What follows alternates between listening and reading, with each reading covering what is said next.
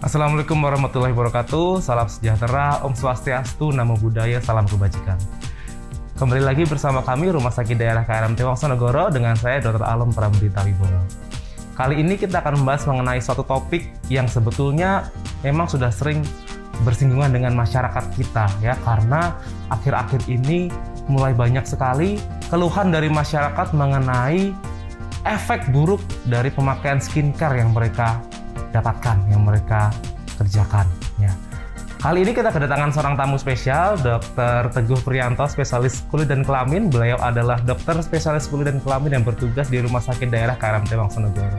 Selamat datang, Dr. Teguh. Selamat pagi, Dr. Ali. Iya, dokter.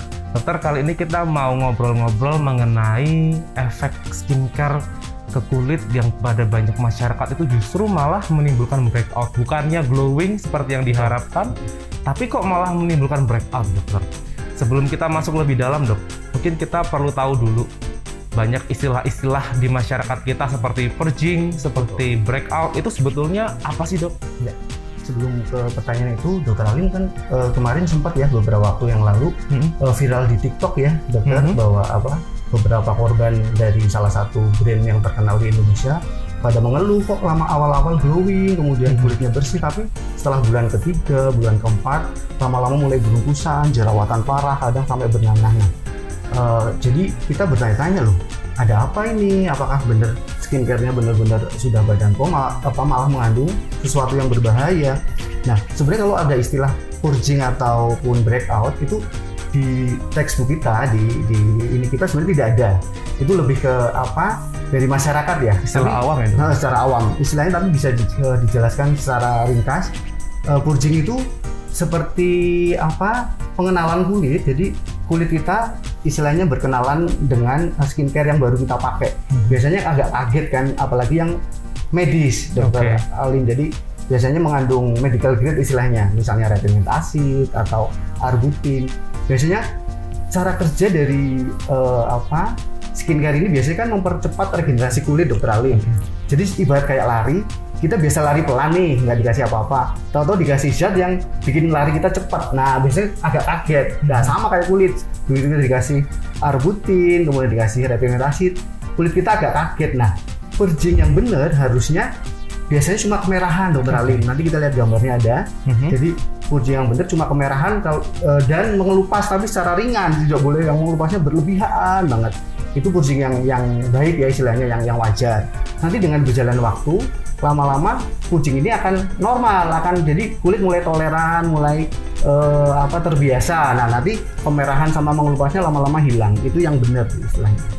Kemudian kalau breakout, kalau breakout ini yang salah, Dokter Alim. Jadi breakout ini yang tidak normal istilahnya. Breakout ini kulit kita jadi iritasi, kemudian sensitif, kering, kemudian ada rasa perih, muncul beruntusan dan jerawatan. Nah, breakout ini biasanya karena skincare yang mengandung bahan-bahan yang berbahaya tadi, Dokter Alim. Nanti kita bahas lebih dalam lagi gitu ya. Oke, dokter. Jadi sebetulnya, dok, kalau semisalnya kita itu ingin tahu, oh ini breakout nih, oh ini bukan breakout, itu gimana sih, dokter, kita bisa mengenali breakout, dok? Jadi biasanya kalau breakout itu kan intinya barir kulit kita rusak, Dokter Alim. Barir kita rusak, kemudian muncul beruntusan, kemudian jerawatan, kadang sampai bernanah. Kalau purging nggak sampai seperti itu. Purging itu biasanya paling cuma merah sedikit. Kalau kita hentikan, itu purgingnya akan hilang. Itu ciri khasnya kalau mau mengenali sendiri di rumah ya. Tapi kalau breakout, kita pakai, kemudian muncul beruntusan, jerawatan, kita stop, itu pun tetap akan jalan terus breakoutnya karena barir kulitnya sudah terlanjur rusak, Dokter Alim. Jadi justru kalau purging itu setelah kita stop, dia hilang. Betul. Breakout malah justru tetap ada ya, betul. Berlanjut breakout. Karena proses iritasi dan alerginya akan berlanjut terus sampai diobati gitu, Dokter Alim. Nah, sebetulnya, dok, penyebabnya breakout itu apa sih, dokter? Nah, biasanya karena penggunaan krim-krim yang mengandung zat berbahaya, salah satunya steroid. Dokter Alim, kayak kemarin yang viral itu kan, seolah sudah badan POM, ternyata bisa bikin breakout. Ya, kita dokter kulit selalu mikir ini jangan-jangan ada steroidnya. Jadi di praktek sehari-hari kita banyak sekali menyembuhkan pasien-pasien yang memang ketergantungan dari salah satu brand yang terkenal di Indonesia itu, Dokter Ali. Oh, jadi memang karena salah satu kandungannya Betul. steroid ya, Dok? Betul, biasanya mengandung steroid yang paling sering digunakan. Kalau kandungan-kandungan lain, Dokter, yang mungkin sekiranya berbahaya yang terdapat pada skincare yang beredar di masyarakat itu apa saja sih, Dokter? Oh iya, yang paling tua tentunya merkuri ya, Dokter Alim. Oh iya. Tapi sebenarnya gini, merkuri itu zaman nenek moyang kita itu boleh, Dokter Alim. Jadi itu pemutih yang murah, tidak bikin iritasi, dan mencerahkannya sangat efektif. Kalau ingat zaman dulu ada brand yang sangat tua, itu yang warnanya coklat. Nah, itu kan isinya itu merkuri. Jadi zaman dulu merkuri boleh, Dokter Alim. Tapi karena ilmu pengetahuan kemudian berkembang, kemudian ternyata ada penelitian bahwa merkuri kalau dipakai secara lama nanti bisa terdeposit di ginjal. Makanya sekarang merkuri tidak boleh. Jadi bukan zaman dulu perusahaan farmasi atau dokter sengaja meracuni pasien dengan merkuri. Memang merkuri boleh, tapi sekarang tidak boleh karena ilmu berkembang. Ternyata ini bisa berbahaya ke ginjal. Jadi kalau sekarang biasanya harusnya tidak ada lah ya krim-krim yang mengandung merkuri, kecuali memang produsen-produsen yang tidak bertanggung jawab, Dokter Alim, yang seringnya di online itu kan. Iya. Merkuri, kemudian sama steroid sekarang yang lagi di ini ya. Tren ya, Dok? Betul. Karena steroid ini sulit dilacak, Dokter Alim. Steroid itu kan memang dipakai sama dokter kulit untuk pengobatan, misalnya digigit serangga, kemudian berketombe, kemudian dermatitis atopik. Itu kan memang butuh steroid, tapi kan jangka pendek dan dipantau oleh dokter. Nah, selama ini disalahgunakan oleh produsen-produsen, klinik-klinik kecantikan, ditaruh di krim malam, kemudian dipakai sepanjang waktu, seluruh wajah bertahun-tahun. Pasti nanti efek sampingnya lama-lama akan muncul, Dokter Alim, gitu ya. Justru kalau steroid itu efek sampingnya jangka lama ya, betul, Dok? Baru terlihat ya, Dok? Betul. Kalau efek awalnya menyenangkan, pembuluh darahnya jadi mengecil, kemudian pori-pori mengecil, mencerahkan, tapi begitu nanti terlewati bulan kedua, ketiga, nah itu udah mulai itu masalah, mulai pembuluh darah mulai melebar, bulu-bulu mulai tumbuh, kulitnya menipis atau atrofi, kemudian jadi sensitif, timbul kayak breakout itu yang beruntusan, jerawatan, nggak habis-habis biasanya. Ini yang bikin masyarakat mulai terlena ya, Dok ya, karena awalnya memang efeknya justru malah bikin glowing. Betul. Tapi justru jangka panjangnya nanti malah merusak kulit ya, Dok? Betul. Jadi memang di awal kayak menyenangkan sekali ya. Maaf, ibarat kata kayak pakai narkoba nggak sih, Dokter Alim? Jadi awal-awal kayak menyenangkan, tubuh tenang, segala macam, sama kayak kulit kan. Tapi lama-lama begitu terus, nanti efek buruknya yang mulai muncul. Oke. Nah, jadi gimana sih, Dok, caranya masyarakat awam itu bisa mengenali atau memilih skincare yang memang aman lah untuk mereka? Betul. Kalau tips saya untuk masyarakat yang istilahnya kulitnya tidak bermasalah, tidak ada jerawat yang berat, kemudian tidak ada flek yang membandel, tidak harus ke dokter kulit, tidak harus ke klinik, pilihlah skincare yang ada di pasaran, yang biasanya jangan cuma embel-embel badan POM, tapi ternyata bukan.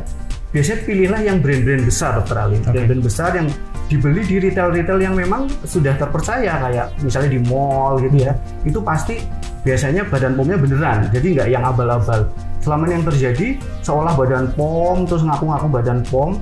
Jadi kalau yang ngaku-ngaku biasanya kita harus bertanya-tanya kan, Dokter Ali. Ya, sama lah, kita cantik, kita ganteng, biasanya nggak ngaku kan, tapi orang lain yang menilai. Kalau ada skincare ngaku-ngaku, ini sudah badan POM lah, kita harus tanya, kok kenapa harus ngaku-ngaku? Padahal yang BPOM beneran biasanya nggak pernah ngaku kan, yang seperti yang di mall-mall, yang dari biasanya brandnya memang bagus dari luar negeri gitu lah ya, dari Korea misalnya. Pilih aja yang ada di mall gitu lah. Di mall ada badan POM-nya tuh biasanya badan POM-nya beneran. Nanti disesuaikan dengan kulit kita.